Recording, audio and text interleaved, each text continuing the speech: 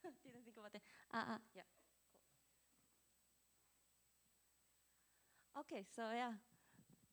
Thank you so much for being here. Um, I really value your time. Thank you so much.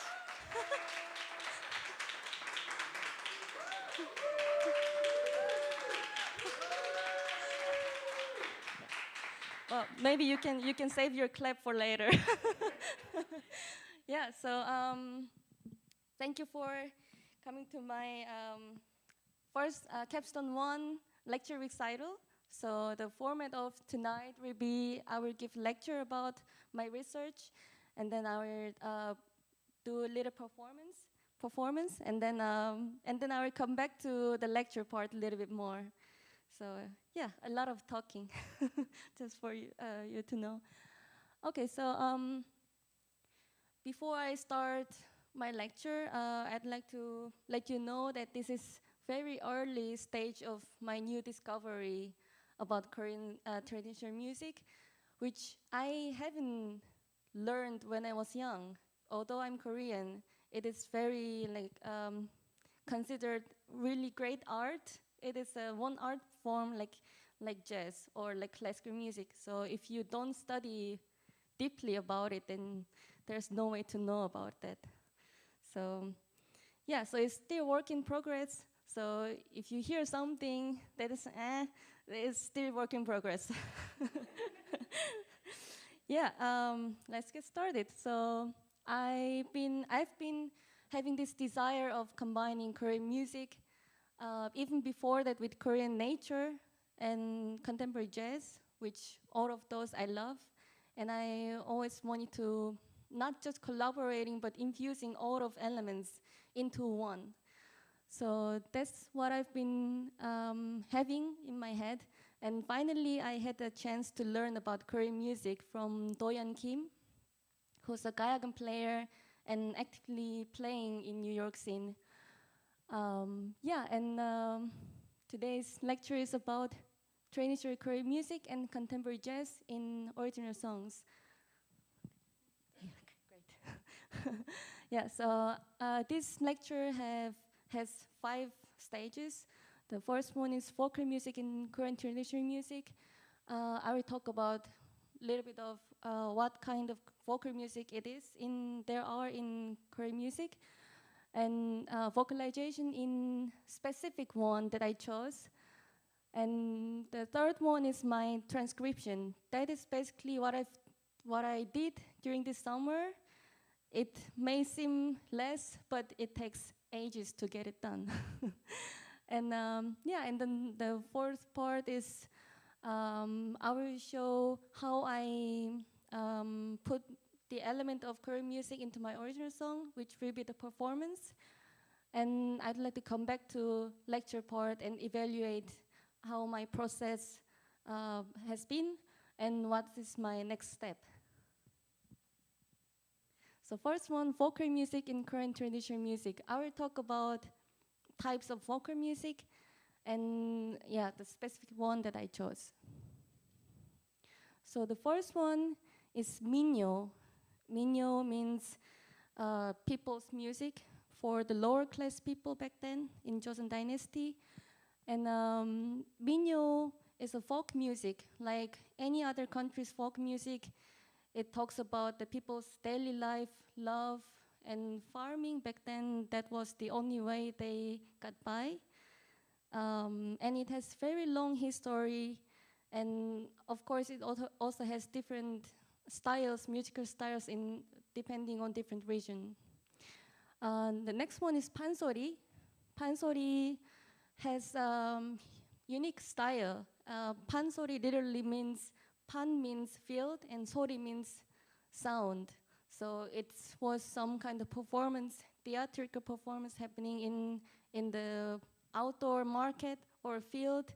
You can imagine something like Union Square. There are sometimes people busking.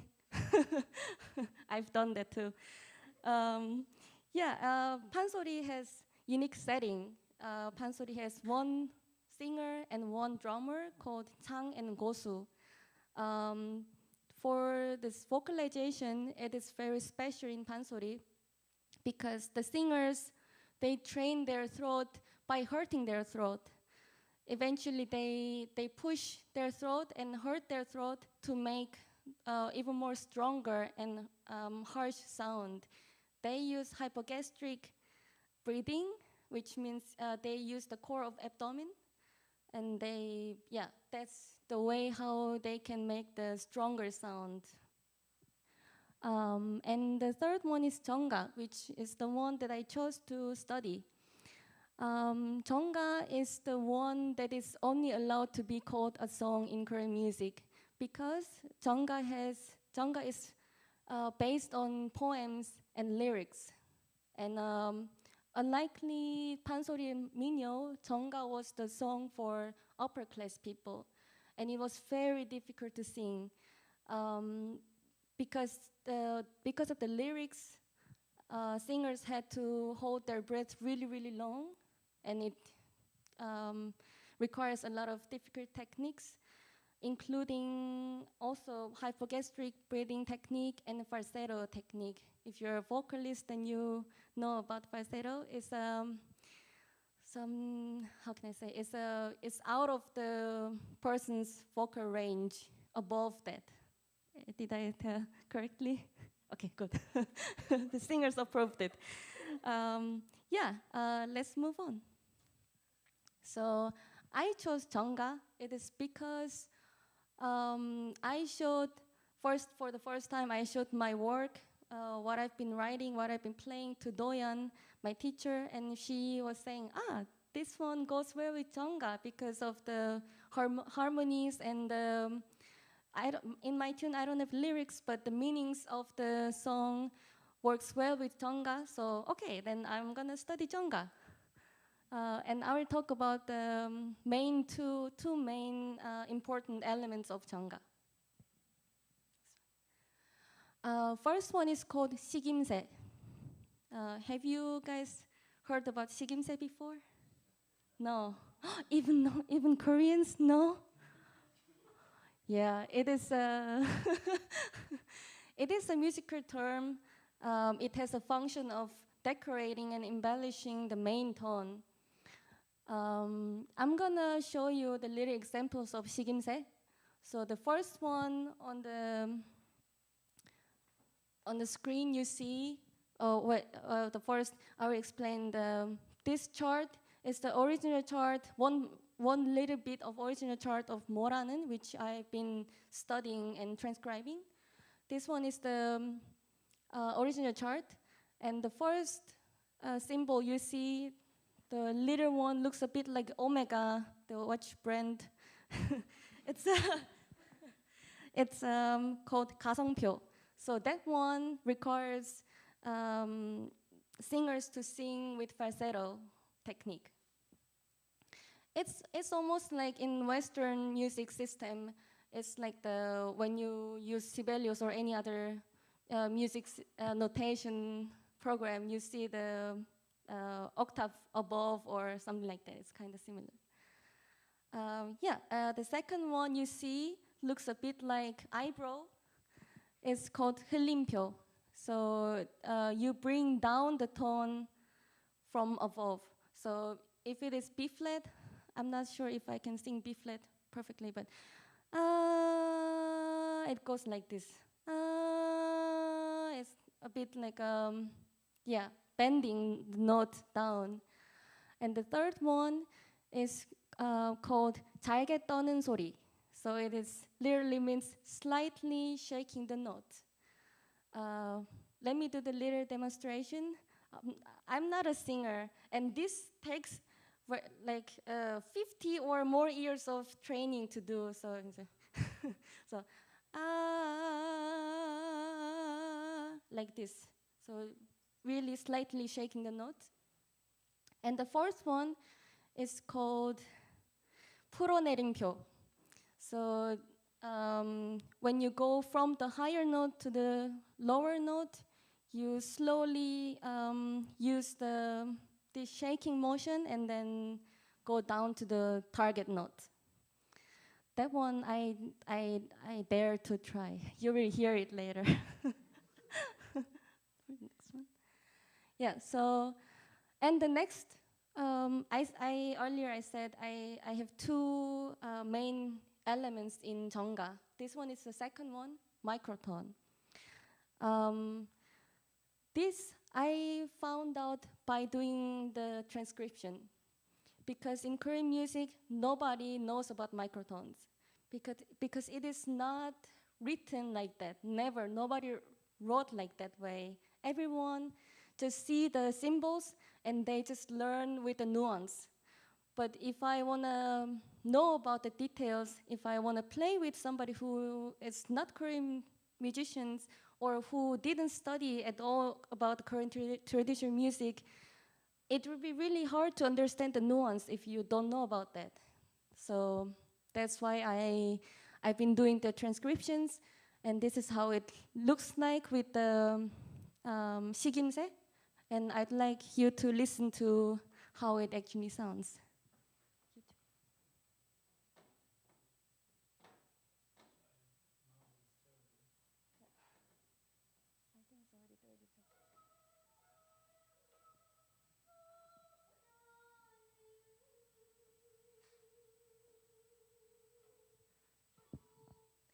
Sorry, the sound is really soft. Do you want to hear once more? Um, wait, I can do it. Yeah.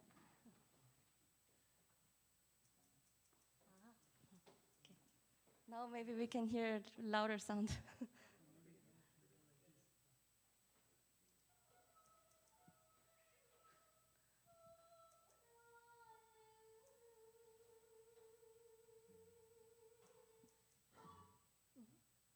Could you make it 50%? No, not the sound. No.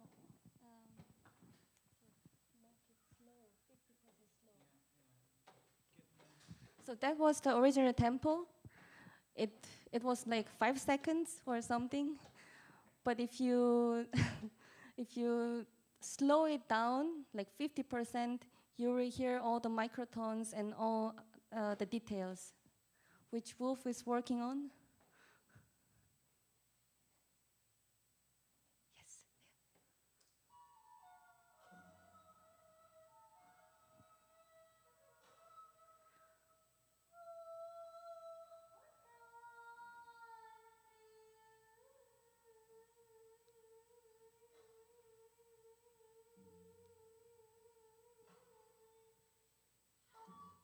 Yeah. So let's look at the transcription once more. Slideshow. Yeah. So that little part became with microtones really specific. So that's what I've been doing, and I will show the full transcription later. Let's move on.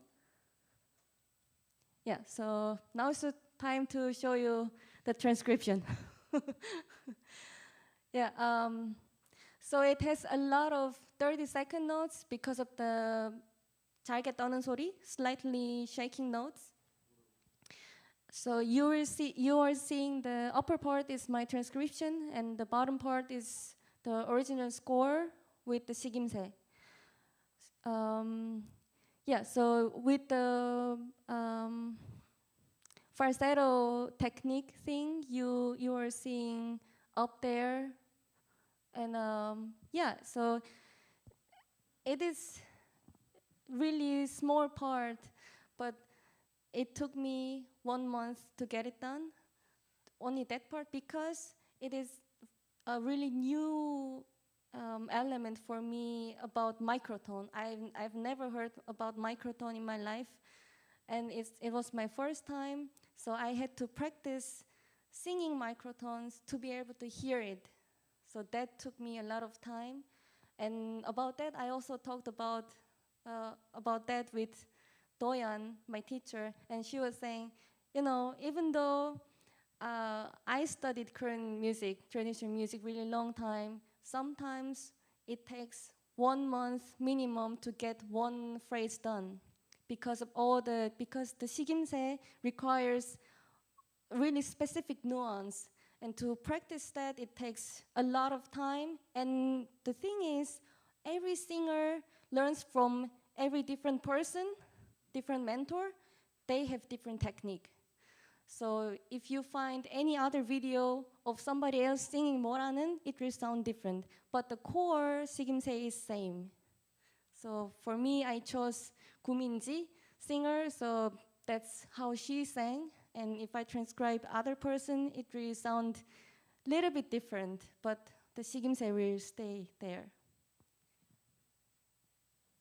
Yeah, so now finally, stop talking and then performance time came. Yay! Yeah, so I already wrote Silent Reach and Meari, which are two of my original songs. Way back, like 2 years ago or something. Silent Reach is a bit recent one. But I already released those, Silent Reach I already released as a trio, contemporary jazz trio. And I've been always playing those tunes as contemporary jazz trio. And this is my first time that I wrote everything specific with the sigimse and all the microtones. Yeah, and maybe I mentioned already or maybe not. I've been having this vision and desire of combining Korean vast nature, because I grew up in an apartment where there's literally a mountain in front of my place. And it's amazing. I've been seeing every day how the weather changes, how the season changes through that.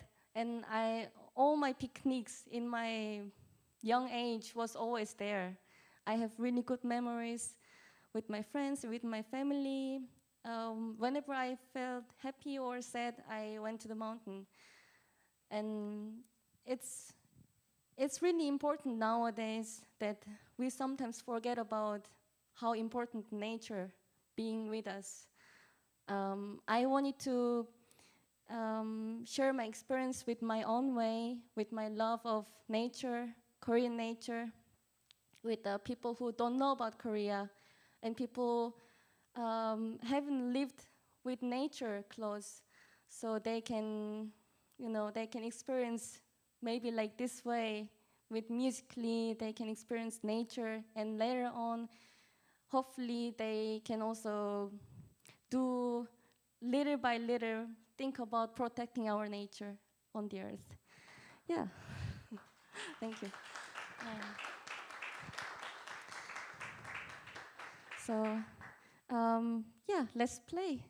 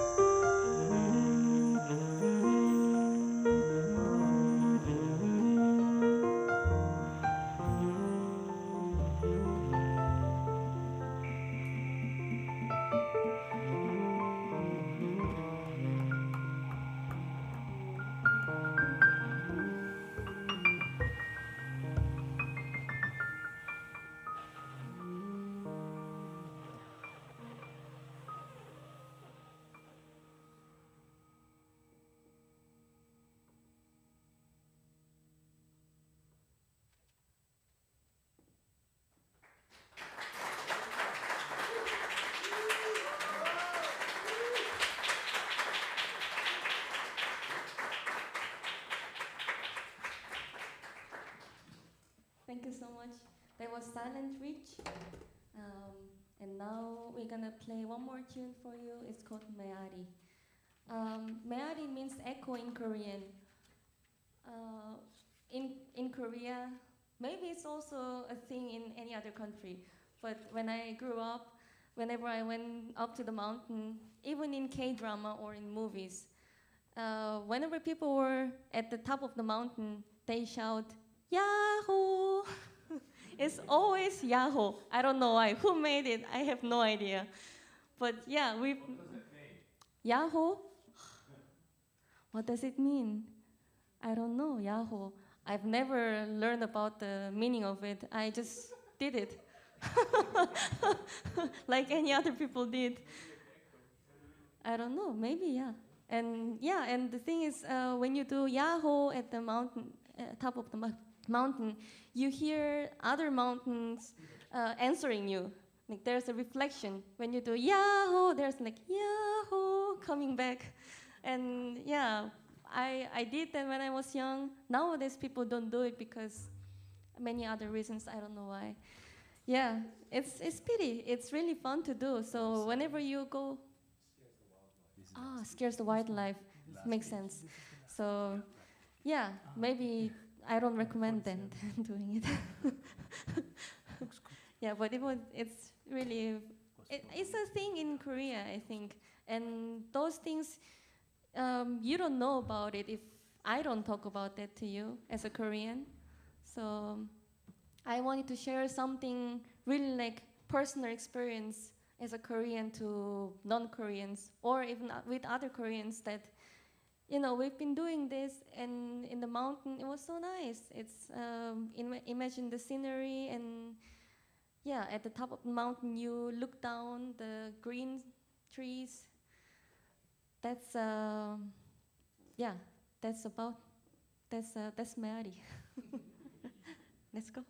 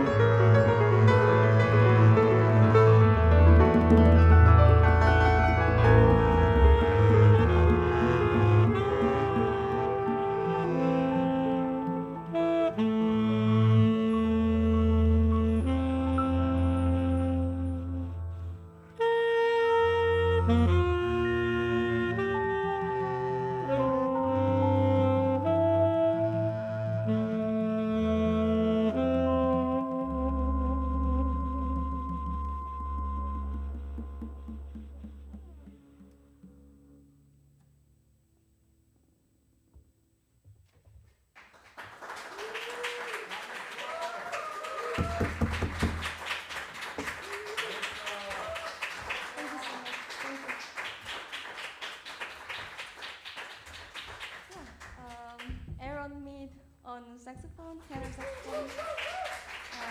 Lyndon Achee on percussion. Robert Stratmann on double bass. Thank you. Yeah, thank you so much for playing with me, for bearing the microphone. Thank you.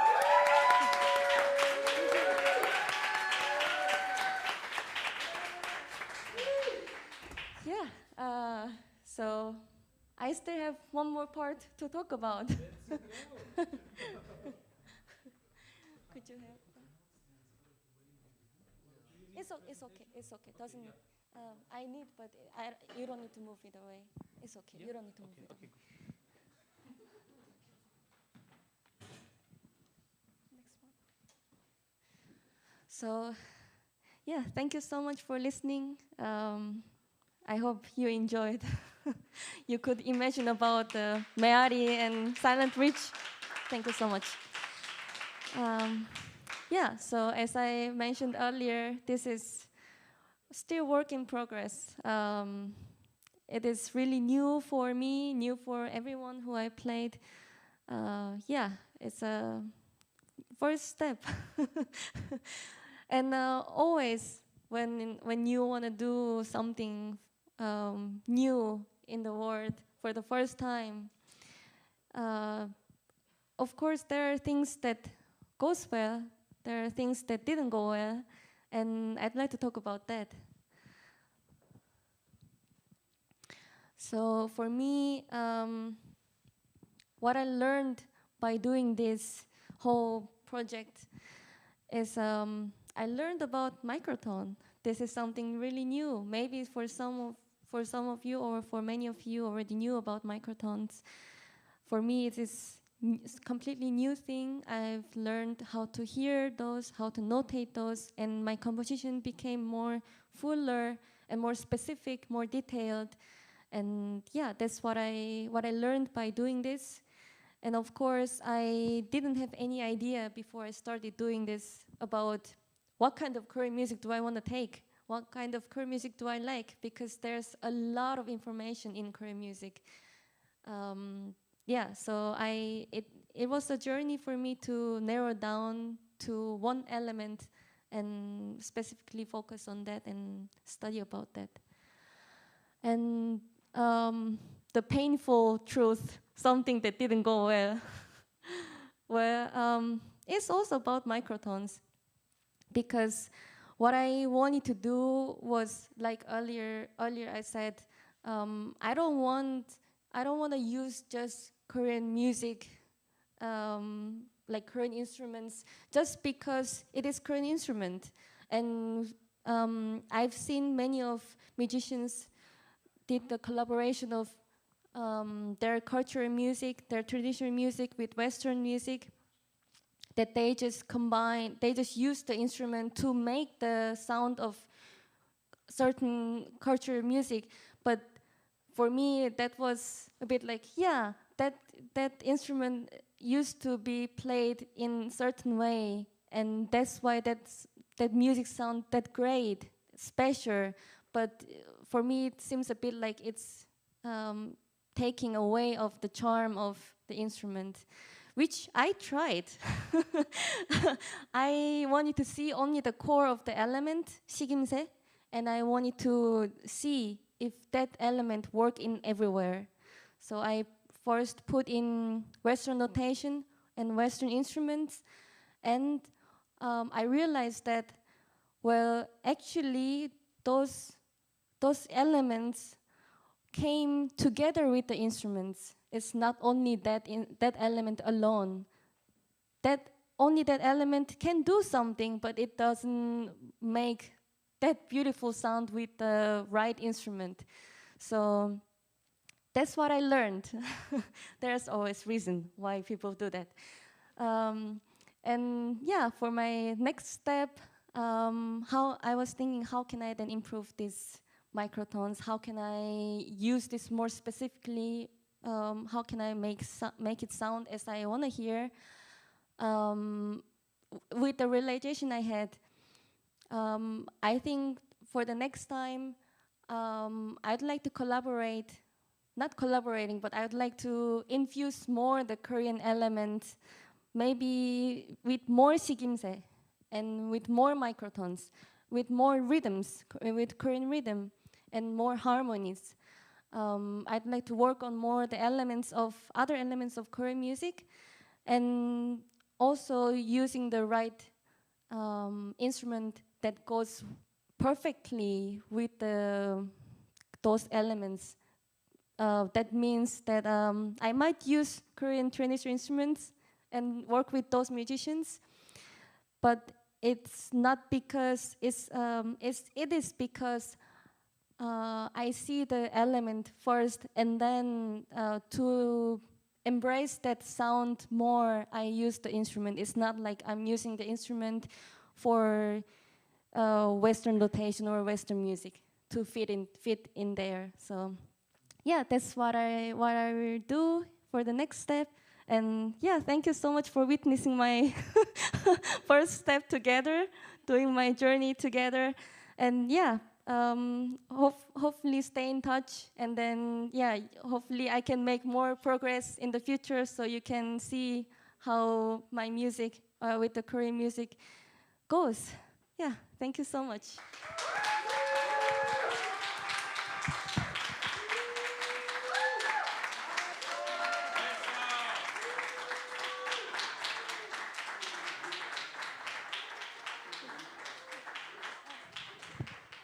Big thanks to my assistant, Robert Stratmann.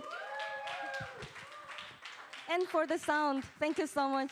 And for the light. And Jeff, are you still there? Yeah, thank you so much, and happy birthday.